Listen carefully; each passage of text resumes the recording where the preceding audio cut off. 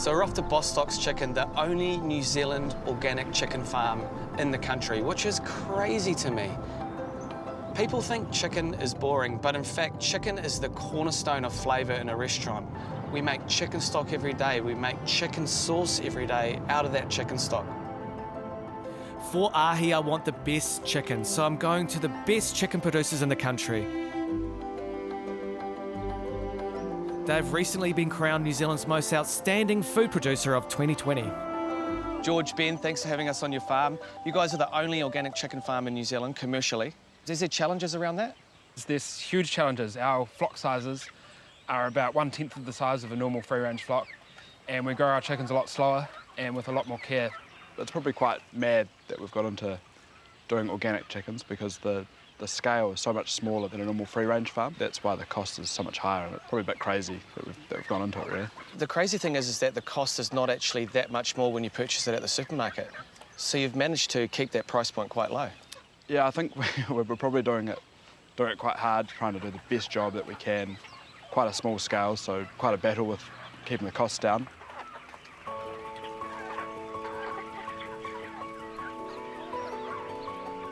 Organics is so exciting because there's no commodity for organic chicken feed in New Zealand, so we've had to learn how to grow all that ourselves. We grow the chickens here on this farm ourselves, and we process and market the chicken ourselves as well, so that's been quite exciting being a vertically integrated business.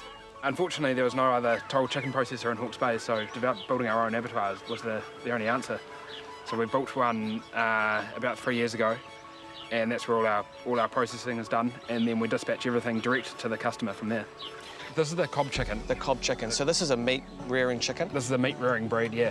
Bostock's chicken are grown in the 25-year-old organic apple orchard, and they roam freely throughout the trees. Each shed has a hectare of apple orchard to run around and forage in. Ben and George have a different philosophy and best practices when it comes to processing their birds.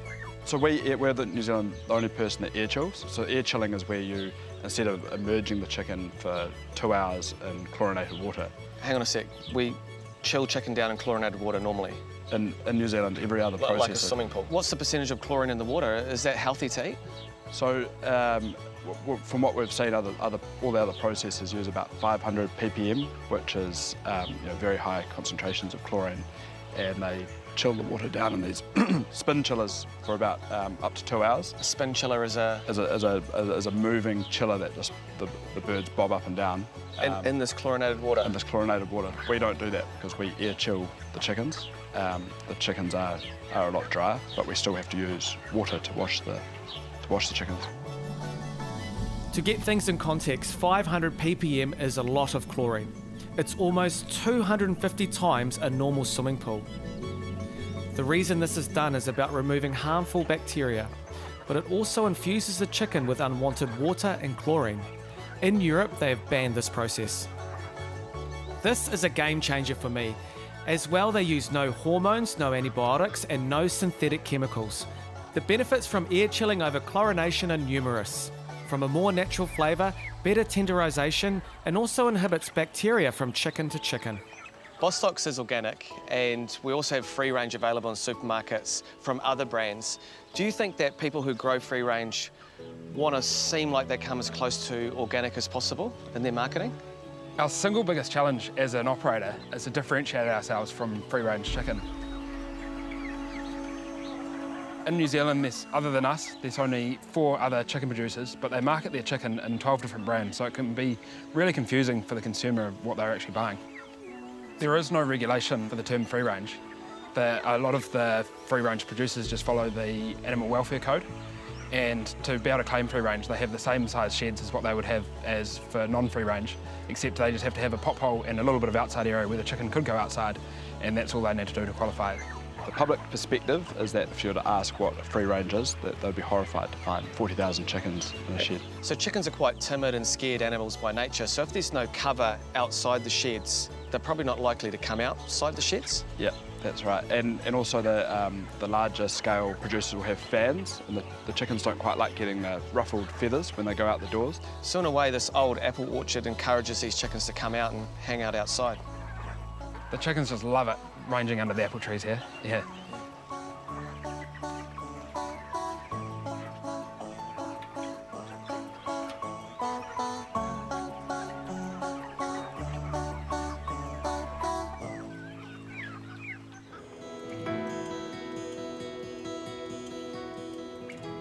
I'm here at the Bostock's Organic Chicken Farm in the beautiful Hawke's Bay. Their farm is amazing and the chickens forage freely in 25-year-old apple trees. But now comes the moment of truth, as the boys have prepared some chicken for lunch, and will it live up to its expectations? Oh, I don't know if I can sit here and not eat it. No, you're gonna have to eat it. Okay, guys, this is a chicken thigh. Skin on, bone in. Yeah. Just the way I like to eat my chicken legs.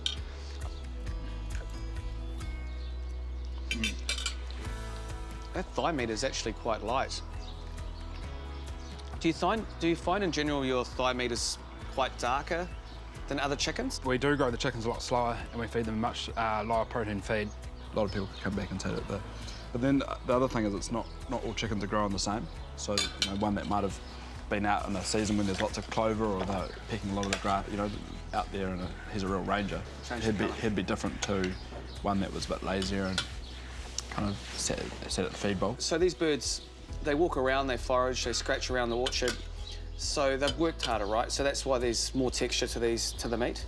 Absolutely. The chickens have spent a lot more time foraging, they've spent a lot more energy running around, and this causes the chicken to eat a lot more feed, and it's a lot more inefficient way of farming chickens, but it's a lot better for the animal welfare. So when you cook one of our chicken breasts, for instance, you will notice a lot less water loss during cooking. That helps the texture of the meat as well.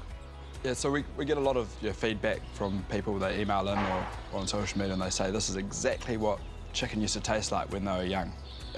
And these are typically older people that it's probably in the 60s and 70s.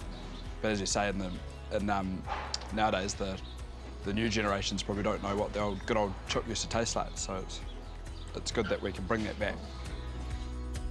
Ben and George are doing something amazing for the chicken industry, but produce less than 0.5% of chicken in New Zealand.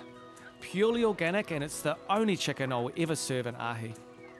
George, Ben, thanks so much for having us. I've learnt so much. It's inspiring. Everyone should be buying your chicken in New Zealand, not just restaurants. So it's been super cool. Nice to meet you both.